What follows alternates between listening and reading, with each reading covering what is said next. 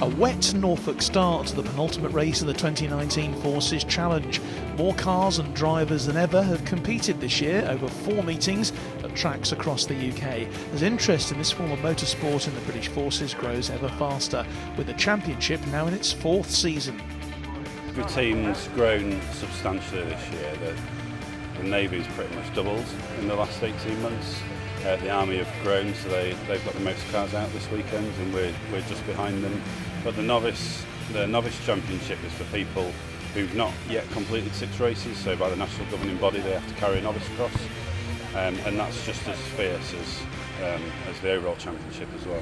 Battle for the main championship's been matched by tough competition in the novice category too, with the Army fielding the biggest number and range of cars here, from Peugeots to Aston Martins. A lot of what we do is about consistency, so of course the better you know the track, the more consistent you can be. You obviously love it, it's your 3rd season, so you're really enjoying being part of this challenge. Yeah, it's really good. I feel myself getting better, the car's getting better. We go from strength to strength, and hopefully next year I can start branching out into other series as well as the Armed Forces Race Challenge. And he goes on to secure the novice title after the first race here. Also competing, the only woman in the championship, another novice, Alice Bancroft, who has a family background in the sport.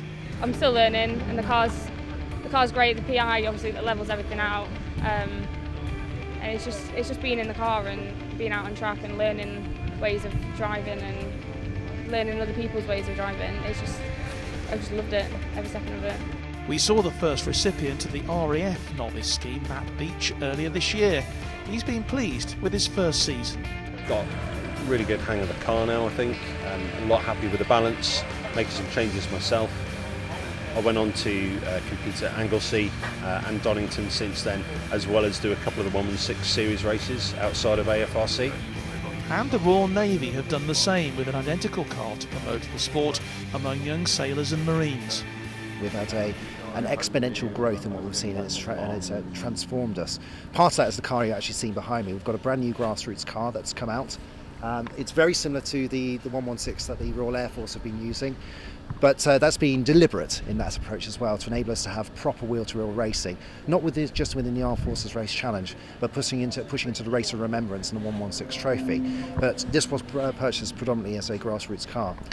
So we're just testing it with this event, so this is the first race it's come out at, but you'll see it a lot more next season, and with a lot of new guys in it as well.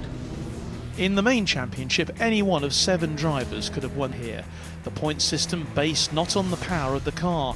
The RAF's Darren Berris destined to win both scratch races here in his Westfield V8. I'm lucky to be a guest this weekend because my car kind of sits out the front of the grid, and we're very conscious of having cars that are too fast and the speed difference. So it's really great to be part of back with the fold again. But the series is really great. All 3 services are heavily represented here, and they all get out on track and have fun regardless of the prizes. It's all about getting on-track experience. Ray Honeybone's Renault Clio finishes 2nd with a strong drive from the Army's Farah Darber 3rd in his BMW. But going into the second race of the day, only 2 drivers could secure the overall title. The Peugeots of Chris Slater, pipped at the post for the past 2 seasons, and Paul Waterhouse, who won the very first championship, just 4 points separating them. And it was Chris Slater who'd crossed the line first. At the beginning of the season I said I'd like to give him a run for his money, and I hope we've done that, down to the wire. Paul and I were quite close on points. I don't know what happened to him on the first lap, but it was pretty much behind me in one corner, and then I couldn't see him behind me. But about halfway through the race I had an incident where I went off, so we'll just have to see how the numbers come back on consistency. The Burkett 6-hour race follows in a fortnight, and the Race of Remembrance on Anglesey in November will bring down the curtain on another exciting track season.